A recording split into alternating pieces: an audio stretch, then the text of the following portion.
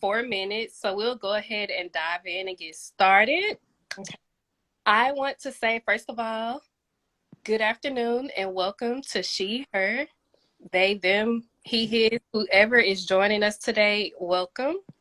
My name is Kendra and I'm a licensed therapist, and I'm here with two very, very lovely and highly intelligent therapists as well. We have That's Sharonda, so sweet. Courtney.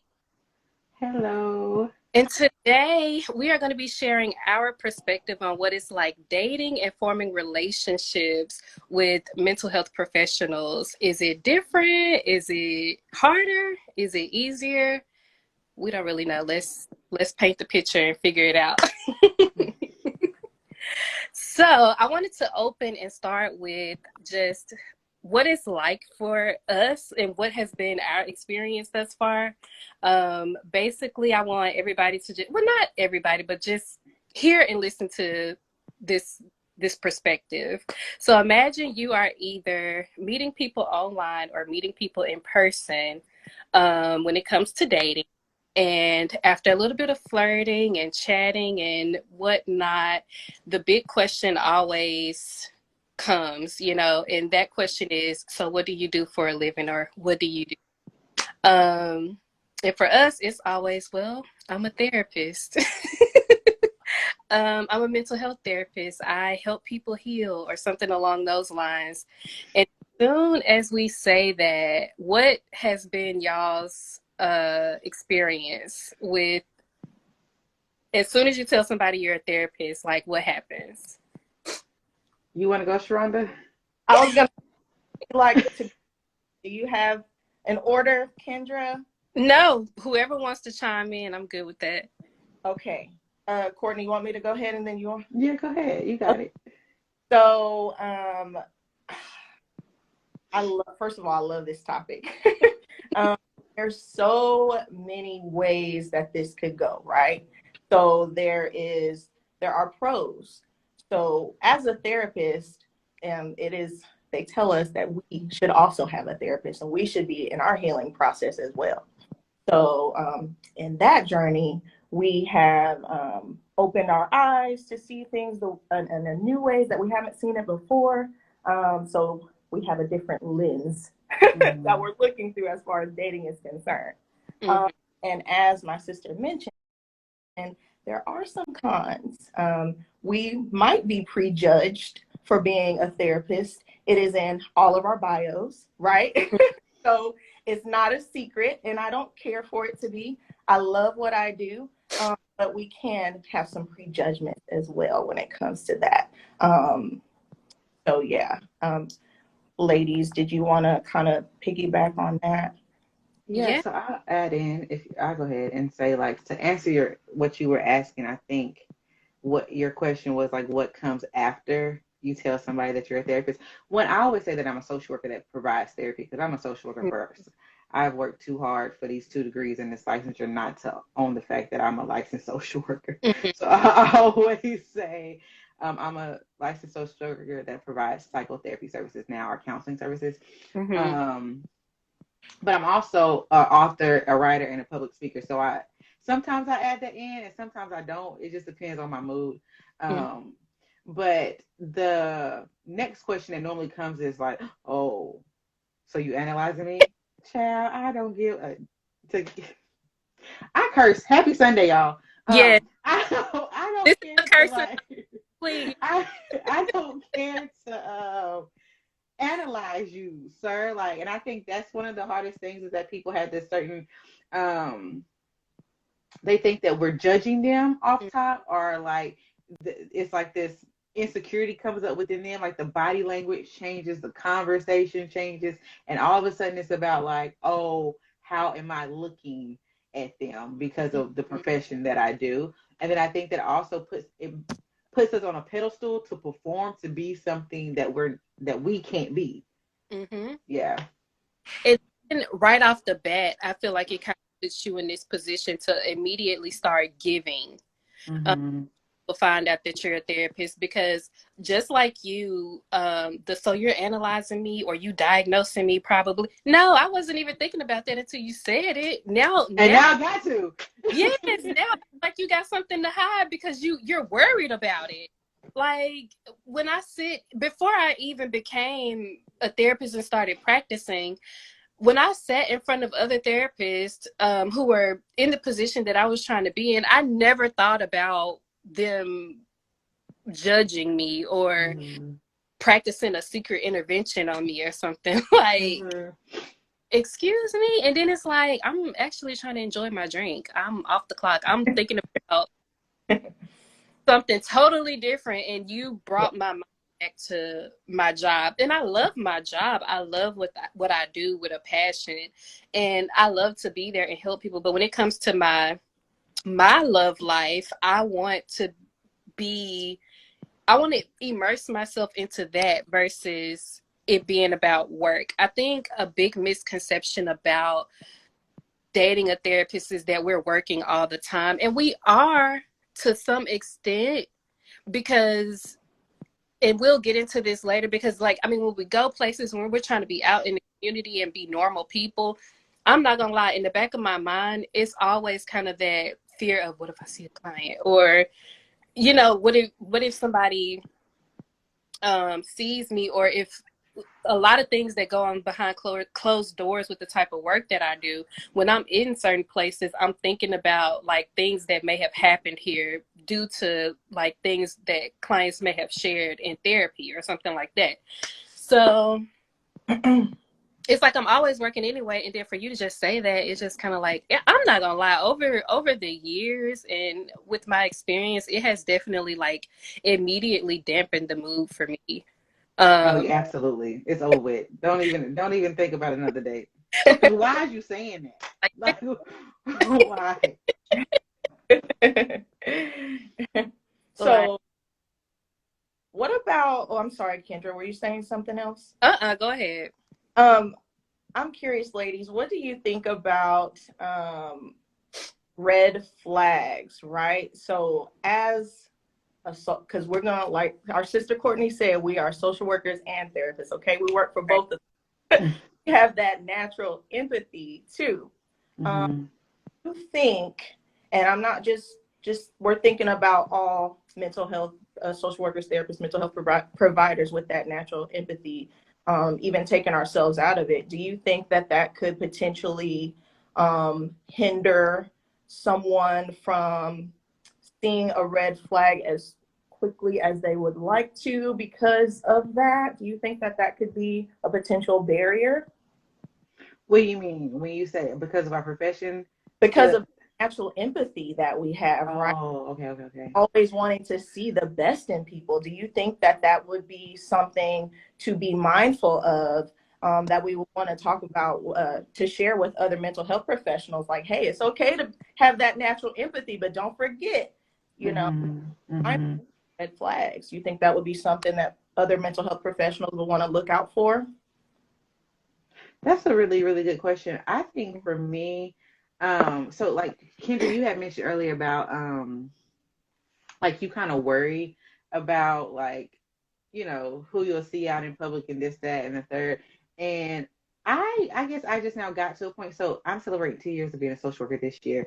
And I think I just now got to the point where I'm just like, oh, I'm more aware of my surroundings, but not because of my profession, just because of who I am. And like I just want to be protective of me and my space and my energy. So I don't think I've never really thought about it like that. And so when you think about like a natural a natural sense of empathy, that shouldn't take away your common sense though. And I think a lot of times whatever we may be dealing with individual, and I think it goes into what you wanted to talk about later too, Kendra, is that like people think because we're therapists or mental health professionals we have it all together, and Mm-hmm. that that we don't make bad decisions, or we don't have bad behavior, or we don't fall short, and that we're supposed to be perfect all the time, right? And so I think depending on who that mental health professional is, and like what you're dealing with in your personal life, um, kind of impacts that decision of like whether or not your empathy is overempowering your common sense. Like I think I've learned more red flags not from the work that I study and the things that I do, but because of the relationships I've been in. Yeah. Mhm. Yes. Oh, and that has kind of guided and shaped me. And again, you have that extra knowledge, but I think I've always just learned you don't social work your friends, you don't social work your family. And so I've just always kind of kept it separate. Mhm. And I wish people would keep it separate for us, because I enjoy being a human being and not Yeah. being put on this super, super high pedestal to perform all the time or to always be empathetic or because there's sometimes where there's no sense of empathy coming here. So, Mhm. yeah. Yeah. I agree with that, Courtney, and I really like that question, Sharonda, because I feel like the empathy part is expected for one, and Mm-hmm. um, I have seen in my experience just working with other people, um, how just being so immersed in being a therapist and a social worker has impacted their personal lives Mm-hmm. and has truly like left them empty, like it hasn't happened to me. I feel like I have a really good ability to weed out things and pay attention. Not that I've never failed for certain things or I've never experienced stuff like that. But I will say that I'm grateful that I have the mindset to be able to get myself out of Mm-hmm. certain things. And then as I've become older and as I've become more competent in practice, I have been able to correct myself better when it comes to heading into situations where I'm like, all right, you being too much of a therapist right now, and you need to set your boundary and be a regular human being. And I hate saying that because therapists are Human. things, but it's a pedestal that people Mm-hmm. place therapists on, and it makes me feel like I have to because for some reason, once we get our degrees, we don't make mistakes. We're perfect. We are Mm-hmm. emotionally mature, emotionally intelligent to the highest degree possible. So it's like I don't know. I feel like I have to like say, all right, turn the therapist off and go back to who you were before where you got to this point because people aren't understanding and they're you may be getting taken advantage of.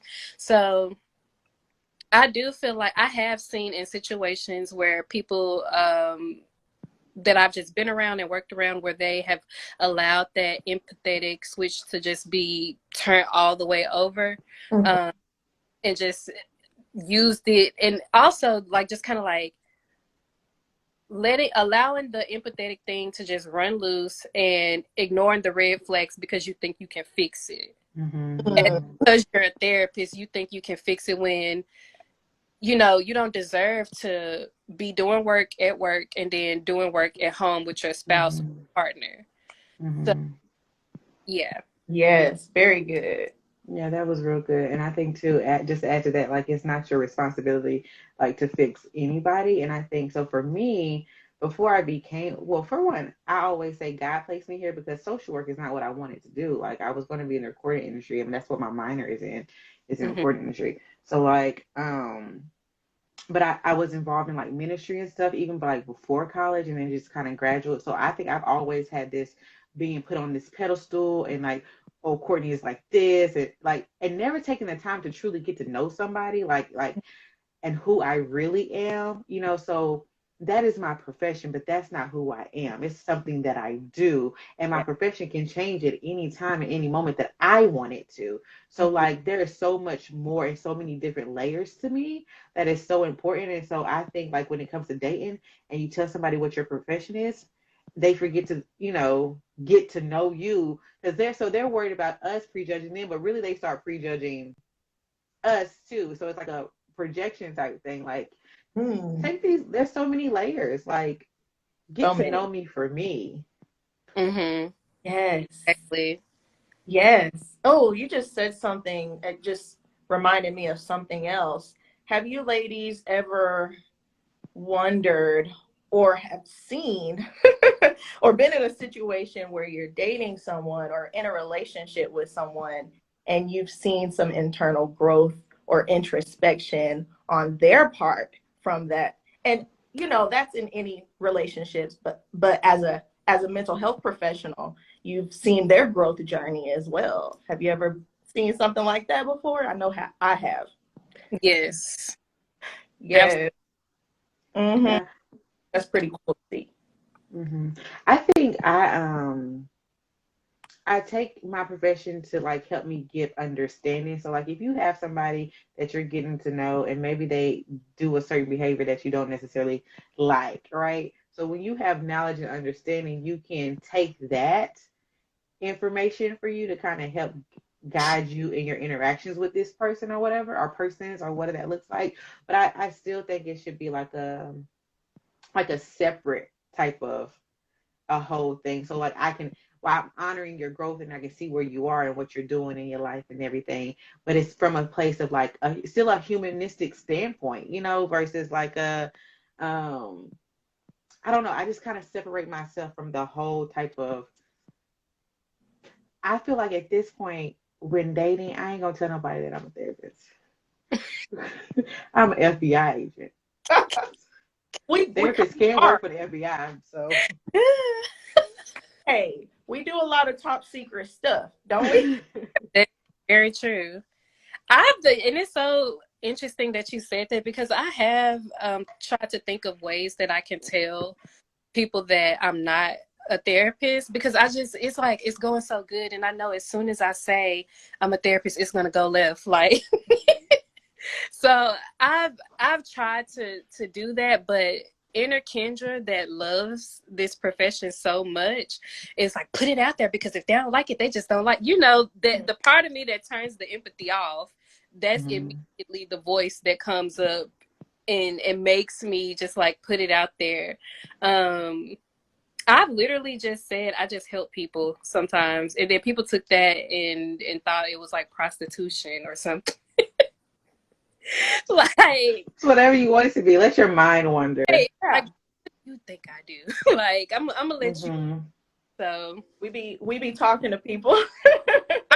I've said that before too. I was like, I just talk to people, and then usually they'll assume like call center, and I'm like, yep, exactly, you're right. Something like that. Well, honestly, y'all, there's pros and cons to every field when it comes to dating, Hmm. honestly, right? Because if you're dating someone like, okay, Courtney, you mentioned being in the music industry or the recording industry, the hours are crazy. So you have to Hmm. with that. Mhm. So it's just kind of like I don't know if you were going to get to this later, Kendra, but I got to say it before I lose it. But we just have to kind of take the good with the bad and just deal. And the right person they're going to hang in there. They're going to stay. Mhm. Um, Yeah, I love that. I love that. And you're so right. And that just kind of like brings me into the next part. After your question, I thought about this and I was working real hard to like hold it in my brain. But another thing that I think about is defensiveness. Hmm. Like after we disclose that information, um, just immediately what comes up is okay, let's say like you've started a relationship or you're dating and you're continuing to talk to this person in y'all's experience, like anytime an issue or something comes up, like a small disagreement or something, and say you speak on it or both of you guys start having a conversation about it, have you guys like ever experienced somebody just kind of immediately jump into your profession and what you do? Like a word that I use all the time. I don't even know if it's guys like in my experience, like having a disagreement with a partner or something in the past. Anytime I try to voice my opinion or say something or address an issue like a normal human being, it's been like don't use your therapy on me. Don't do that to me. Or I'm not one of your clients or something like that. Have y'all ever had that type of experience? mm, I oh, go ahead. Go ahead. Go ahead. I just was wanting to make sure I understood the question. So are you asking, has someone given you pushback because we're a therapist due to their defense mechanisms? Basically, is that what you're asking? Yeah, well, have they jumped to your profession? So let's say you're having a disagreement, you're expressing yourself, and you're like, "Hey, I don't like when you do this. How about like, can we change the way that we do this or the way that we do that?" And they immediately jump to, don't use therapy on me. It sounds like you're trying to be my therapist or something. Yeah, I think I've had that more so with family than I've had it in dating. Hmm. Where you just think how you feel, and now somebody thinks you're trying to do therapy on them. I think the opposite end of it is like with dating, is that, so say you're dating somebody, they upset you, and maybe you take it there with them just a little bit, and then it's like, but I thought you were a therapist, so why are you talking to me like that? I thought you were a therapist, so why are you cussing? I thought you were a therapist, so why do you have an attitude? I thought you were a therapist, so why are you breathing hard? I thought you were a therapist, so like,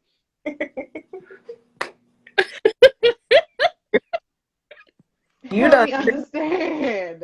Like, I think that's what I struggle with the most, is not the part of don't therapy me, but I thought you were a therapist, so why are you acting, or why are you responding like that, or Hmm. as if you are not a human being.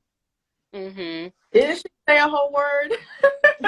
The flip side I own is like, yes, like he this person for real, like 100% resonated with what you said, and I agree with that so much. And that was something, I'm so glad you brought that up, because that was another thing that was in the back of my mind, like that defensiveness where we can't be regular people, and it also Mm-hmm. goes into where we when we're trying to have fun as therapists. Mm-hmm. Like, Mm-hmm. I've ran into men who automatically assume that I'm conservative because I'm a therapist, but I'm like, Mm-hmm. fuck out. It's Project Pat time. Like, I don't, it's Okay. stallion. And when I rolled in, like, but I listen to rap music to help me decompress after the day. Like, after I have Exactly. taken on everybody, please play some Key Glock, and I'm gonna turn it up really loud. And I may not dance with it. I may not say no words. I just may have the music playing. You know what I'm saying? Like, what do you mean? What do you think I listen to? I had a client one time.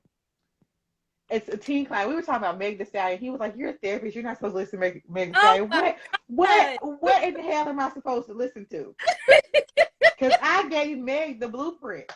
What are you talking about? Exactly. She writes Oh, songs on my behalf. What are you talking about? exactly. Like, people assume that we are not supposed to turn up, and I'm especially, and I've struggled with that before, because I'm like, okay, am I not supposed to do these things? Like, who am I? Who Mm-hmm. am I? Like, y'all are painting the picture for me. Mm-hmm. Um, what was I doing? I was getting ready to do something, and that thing came up, and I was just like, oh, it was just being black in a predominantly white space. Mm-hmm. And I forgot what I was talking about, but these girls, the women, were the same age as me, all of us the same age, and we were all in the same profession. This happened at a hospital that I was interning at the time. All of us around the same age. Everybody was just so uptight, and I'm like, is it like this because I'm the only black person here? Like, what is this energy where we can't be anything except for a conservative social worker? I don't know what you want from me, like. Mm. And it just made me, I remember like that making me just feel so boxed in. Like, Mm-hmm. I'm not gonna lie, this year, well, starting last year is when I really just kind of started like swimming in who I am as a therapist. Because I was like, I like trap music. I like booty shaking music. I like music that talks trash about things that I probably Courtney. things that I will never do. Like, I will never sell I drugs. ain't gonna never. Well, I ain't gonna do that. I would never do some of these things, but it doesn't mean that I can't enjoy them, or it doesn't mean that I'm thinking about therapy when I'm thinking about shaking my ass on a boat or something. Like, I'm not thinking about that right then and there. I'm just thinking about the moment, and that's not a bad thing. And I think a lot of therapists gotta like start exploring that more, because I do see us, especially when we're in other spaces, like really not being ourselves and Mm-hmm. turning it down because we think there's a certain type of way that a therapist is supposed to act, and I don't like that. Like, I don't like that at all. Like, it really does not give us permission to be regular. Mm-hmm. I think for me, in my own self love and self discovery journey Mm. today, and if Oh, dang anybody it, doesn't, Courtney, you froze. am I back? Yes. Okay. Yeah. So in my own like personal self love journey and self discovery journey, it's about like me choosing me. And if anybody doesn't like it, that's their business. I think, living in a county where it's predominantly white people, and so they look at you and they try to figure you out because you're black, and they, are. I wear what I want to wear to work. If I want to wear my sneakers, I'm going to wear them. If I want to wear my favorite Young Jeezy hoodie, I'm going to wear it. Like, I'm going to show up as me, and you will have the choice not to sit in front of me, and that's okay. And I think like, but society has put this pressure on us that we have to perform for other people. And I think when therapists get into a space of like, I can just be who I am, Mm-hmm. because therapy is something that I do, but it's not who I am. And so Mm-hmm. when you get comfortable in being who you are, then you start drowning out the outside noises and what that looks like. And I Yeah. think and I've noticed that clients really like when you are yourself. Mm-hmm. They love that. They, especially like the generation coming up, they want you to be authentically who you are. And Mm-hmm. so, yeah, I think that we just have to, when it comes to dating, though, is that they need to be accepting of like that piece. I think Mm-hmm. so. Like you said, it's too early, Sharonda. Like teachers probably experience the same thing. Like we all got teacher friends that really Off the chain. Like, that cut up. They cut up for real. But I think like, yeah, I don't know. That's Um, all. have y'all noticed? And I love that you said clients want this from us, for us to be ourselves, because when I stopped being the social worker therapist who I thought I was supposed to be, and I started just being me, I Mm-hmm. started seeing so much of more of a positive change in my sessions with clients. mm-hmm. I mean, and my connections with them. Mm-hmm. Mm-hmm. I don't know if y'all saw that too, and hopefully we can, Mm-hmm. what Courtney said earlier about family, uh, uh, being, what's the word? Kind of condescending about Mm-hmm. therapist. Did we touch on that? We went to so many different places, but I want to go that one, because that is, girl, did we cover that? Because We can. We how, can. how do we do that with self-care? Because we need to talk about that. But yeah, I've noticed a positive change in my, Mm-hmm. once I just started being Sharonda. Mhm. Mm-hmm. Yes. And just to piggyback off of what you said, I love dramatic things. Um, nails, hair. Okay. I want them to the floor. My weave, I want it to the floor. My nails, I don't want to be able to type with them. Like, these Not that you don't want to be able to tell you how you do them notes, girl. That's my least favorite thing to do. By them 5 minutes between each session, it's over with. Bye. right? But these Right. things that I like, and it's like, and I've noticed something, clients like that, for one, that especially our Black millennials, Yeah. they love being truly having somebody to sit in front of them and be smart as hell, look exactly like them. It's Mm-hmm. so uplifting and encouraging for them to see that, and to have to have somebody that's guiding them on their healing journey, knowing that I can look like that and be all of these things that my therapist, who looks like me, who's had this same experience as me, I can do those things. And just to relate it back to dating, I've had a conversation. We weren't really. This was old. Uh, but I've had a conversation with a guy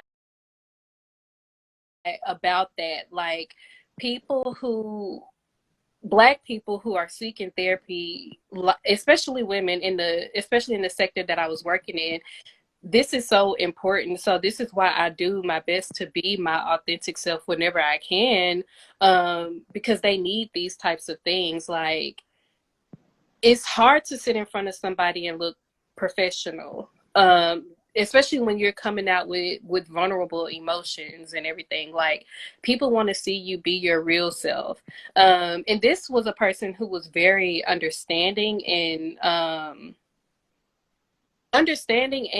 just open to learning new things. And I think that's important for us when we're dating, because I don't mind giving somebody a little bit of education when it comes to what it's like and the experience when it comes to dating a therapist. I don't mind that. It's just the categorizing and the putting me in a box that I don't want to deal with. And I, for some reason, when people find out that we're therapists, I feel like that's the thing that kind of comes up. Yeah, I agree. And I think like my mind went to is like, well, why does it have to be what's it like dating a therapist? That again, that's my profession. That's what I do for a living. That's my career. How about you ask me what's it like dating Courtney? Because Yes. Yeah. those are two different experiences that you're gonna get. Because like I think people also I think some people kind of want if you're not careful, you'll find yourself in a relationship where you are unintentionally being their therapist. And I don't have time for that. I think I made a post on Facebook some time ago where I put where like if I have to be your therapist as your friend, we can't be friends. If I have to be your therapist as your family member, we can't connect like that as family. If I have to be your therapist while I'm in a relationship with you, we're not going to have a successful relationship because I don't want to do this shit all the time. Mm-hmm. Like, I love what I do. I'm called to do it. I'm gifted in it. But, like, I'm not trying to spend 24 hours a day trying to help other people fix their problems. And I got problems of my own that I got to fix too. Yeah. So I think, like, the mindset of it all is just like, stop putting us in a box.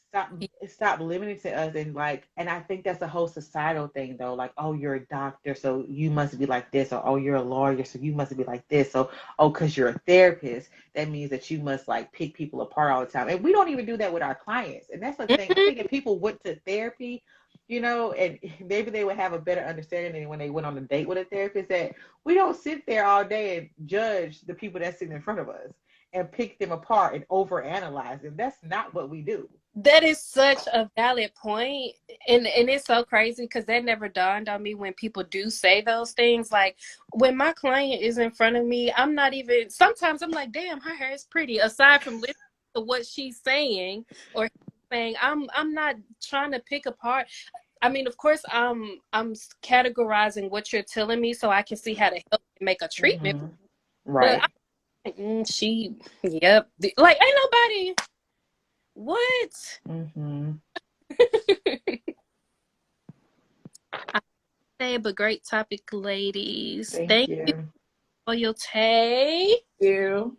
See you later. Have a good day. But yeah, I'm so glad you said that. Like, it shouldn't be what it's like to date a therapist. It should just be like what it's like to get to know the person. And I Mm-hmm. automatically assume that um that they have to jump into the therapy side of us because when most people relate their relationships or past relationships with their partners based on how they can help me. You A Mm-hmm. lot of times we talk when we're with our partners or we're going out, we're just casually, I don't know, talking about something. We talk about how we feel, talk about something that pissed us off, anything. Like we have those types of conversations. So people just kind of immediately jump into the how this person can help me sector. Mm-hmm. And that's what makes it about our profession instead Mm-hmm. of, okay, you can be a safe place for me and I want to be a safe place for you. That just made me think about. I didn't mean to cut you off, but I just thought about a question that I often get that I hate. with these young men who call themselves trying to get to know me. I don't really know. That's a whole nother topic. But anywho, when I get random like text messages or phone calls, or so let me run this by you. What do you think about this? Or tell me, what would a therapist say? Go to therapy, Negro, and find out. Do not call my phone, text my phone, take me on a date or whatever, and then tell her, let me get your therapist's point of view on this. I hate that. I swear. And you know what? That just made me think about the side conversation that you and I had about business. I'm gonna start sending people invoices when they ask for my look. I'm not exactly. You know what? Let me go ahead and order a steak since you got all these questions. Let me make the most out of this date since this is right. a psychoeducational session. Exactly. Like I'm thinking about you and how handsome you look, and you sitting up here talking about. I hate when that message comes across my screen, and especially if it's like a guy you like or something, and then that message comes up, and you're like, oh, he said good morning, beautiful, or something along the lines of that, and it's something about my job, dude. Get away from me, like. Yeah, absolutely. Now I can't text back. Now I can't even respond. Right. Gave you my work sale because this all you want to talk about now that you've learned this about me. We're gonna have to update our websites, ladies. Mm-hmm. add a new invoice in there. Right. Right. If you slide in my DMs and ask me a, a question about therapy to get my opinion, in the same breath of trying to get to know me, I'm sending you an invoice. It's going Exactly. to be 60. It's going to be between $60 and $100, Mm-hmm. Because depending on I like to eat. the question that you're asking me. The time I feel like you wasting of mine is going to determine how much I'm gonna charge you. Because it's self-pay, it's not billable. Right. It's Yeah, self-pay.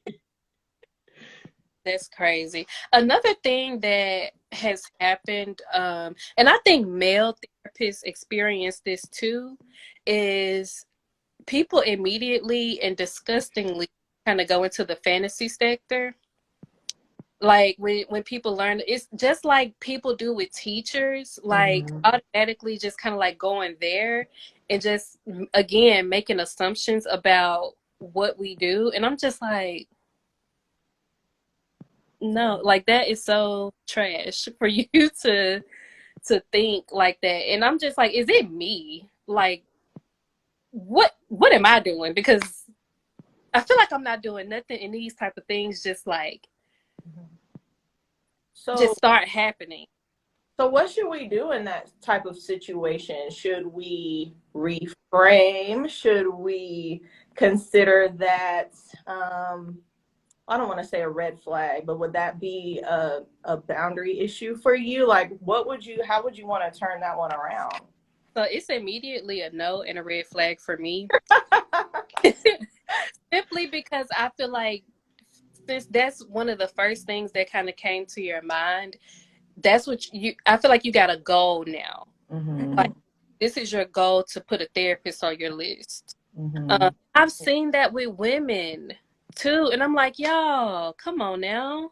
Like women with male therapists, like just putting it, and it goes into the helping piece. Like, you know, when you're helping somebody and you're being vulnerable with this person, they start to cross boundaries and think that this is an act of love or something along those lines when it's my job, you know?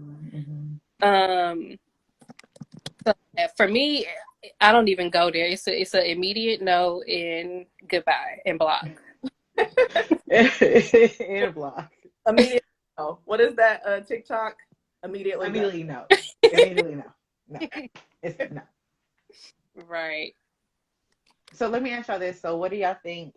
What successes have you had with dating when it comes to like sharing your profession and what you do? Like what are some things that have made you feel good, made you feel validated, made you feel supported? That's a good Good question. question. For me, it's been, I like the idea of uh somebody creating a safe space for me.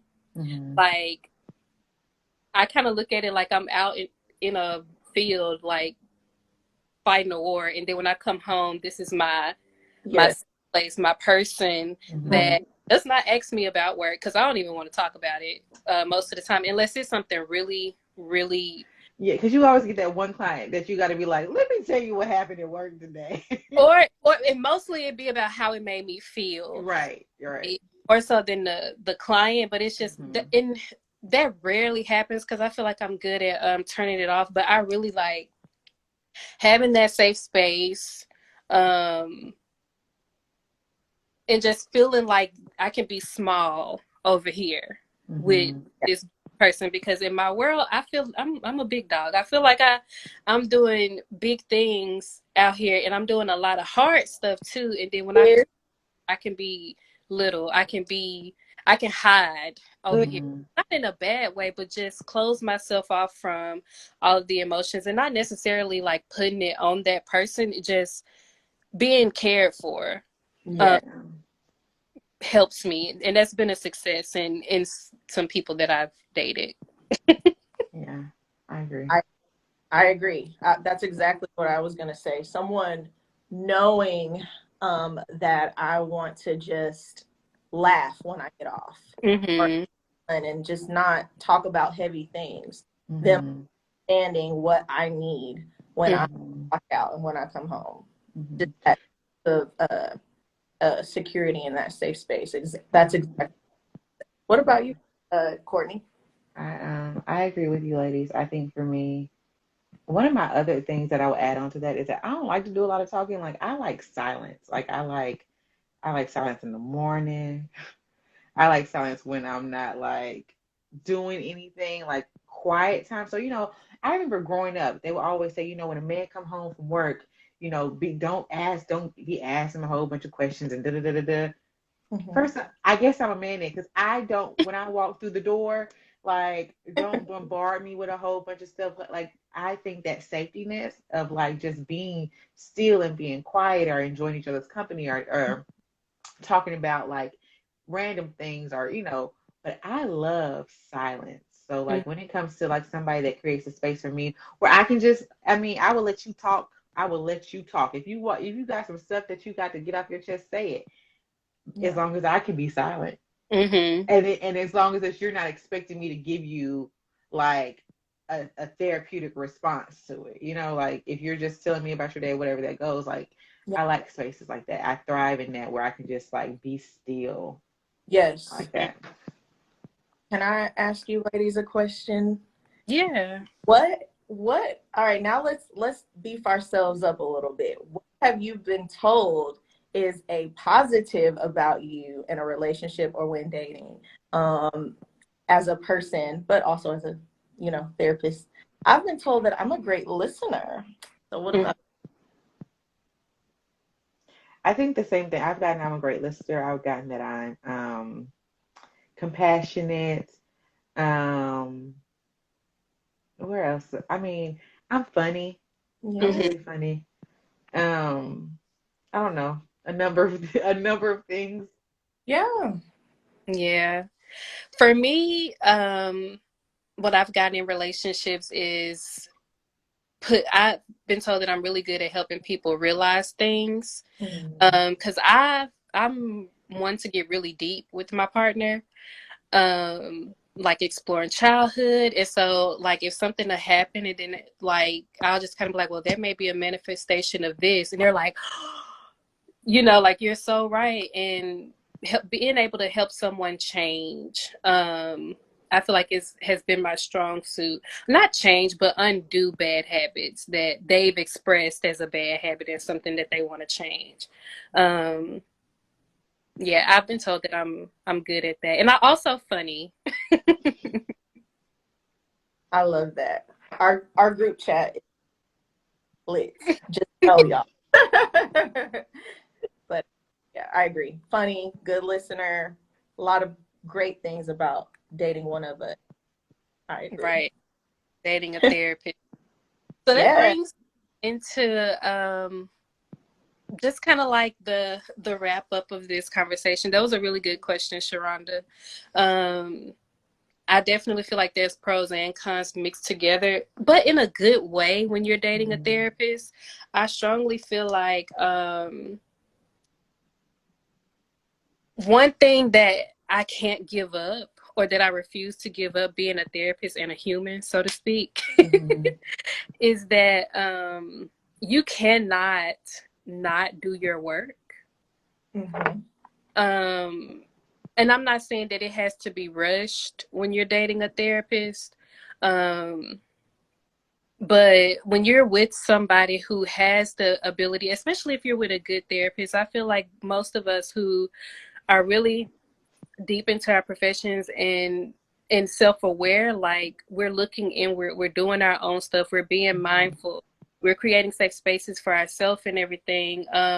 But I feel like dating us, being friends with us, or being in a relationship with us in any capacity, you know, we're kind of holding up a mirror, because we need that sense of safety. We need to be somewhere where we can where we can just take this hat off. So I feel like when you're dating a therapist, like the good side is that you can always elevate, because your therapist will be doing the same thing. Like I feel like we're doing self work constantly, just because and when I say self work, I mean self care. And through self care, if we're doing it right, we're finding new discoveries about ourselves. We're learning new things about ourselves. And I feel like we have to have a partner who is able to adjust to that too. And I feel like that's a pro. Absolutely. I feel like you're ascending as a human being when you're doing this, or anybody who is doing healing work, not just a therapist, case managers, anybody in the mental health profession. And I think that's one of the important things to know about. That's my spiel on one of the important things to know when it comes to dating a mental health professional. And I think when you are willing to do your work, that makes dating a therapist easier, because y'all can both just be on this path where you are just doing your work, you're healing, and you're rising above. You know what I mean? Very good. I agree. Go ahead, Sharonda. No, I agree. Yeah. Oh, you're not adding anything else? Self-care, yes, self-care queen is a hashtag. I love it. Yes, everything you said. And I think it's fun too, right? Being on this journey. And your partner, or whoever you're in dating or in a relationship with too, it can be fun to be on the journey together as well. Mhm. And I think honestly, I think every person, especially in a panty, should be in therapy, but especially those of us in the Black community, I feel like we all should be in therapy as well. So I think in a relationship, as we are on this journey together, doing self-care and learning more about ourselves, I think it's a beautiful. Bless you. You okay? You okay, friend? Water. Put your hands up like Brown said. Yeah. You know, Mr. Brown, put your hands up.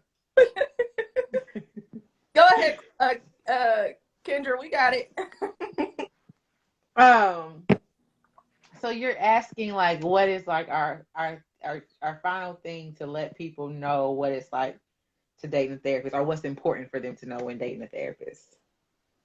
And I will say, I think I go back to the space of, because even like as you talk about like the healing aspect of it all, I yeah, I'm growing and I'm evolving and I'm healing, but I would be doing that if I wasn't a therapist, right? And so I think the biggest thing of it all, versus looking at the therapist for their profession, look at them for a human, being just a person, like, you know, just get to know them, take your time, don't judge, and don't feel like they're judging you. Don't allow it to skew your views, and definitely don't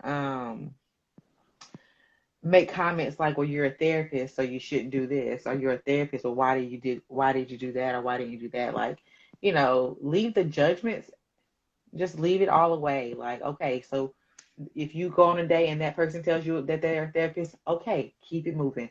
Like, and then just leave it at that. Yeah. Because for me personally, I'm not going to be trying to fix anybody. My goal here, if we're dating one another, then we need to be trying to, like, be committed to one another. Like, I'm on a love journey, baby. I'm trying to love you. I'm not trying to fix you or your problems. Like, Yeah. so be open minded, and don't prejudge, and don't feel like you're being prejudged. Because I promise you, 9 times out of 10, like, they are not analyzing you. Yeah. No. We are tapped out. Okay. We've already done that at work. So I promise.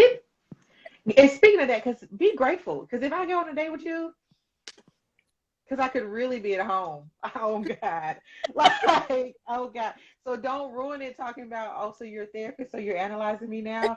Okay, check please. Right. And you got it, because I'm about to go. Like, so honor that time, because a lot of times, like, we do so much and we give so much, and like we could be depleted at the end of the day. Mhm. And peopled out at the end of the day. So like, if we are, spending time with you, like, honor that, and don't be making it weird and awkward. Right. Yeah. This was really great, ladies. I am sorry for dying. Are you okay? And I don't know what happened. Like, I don't know if something went down the wrong pipe or whatever. It was all this good going on. I'm just kidding. But I like what both of you said. My last tidbit is therapist first, ratchet immediately after. I'm Courtney first. I'm Courtney first, I was gonna and then say, everything else is added on. yeah. True. I take that back. You're right.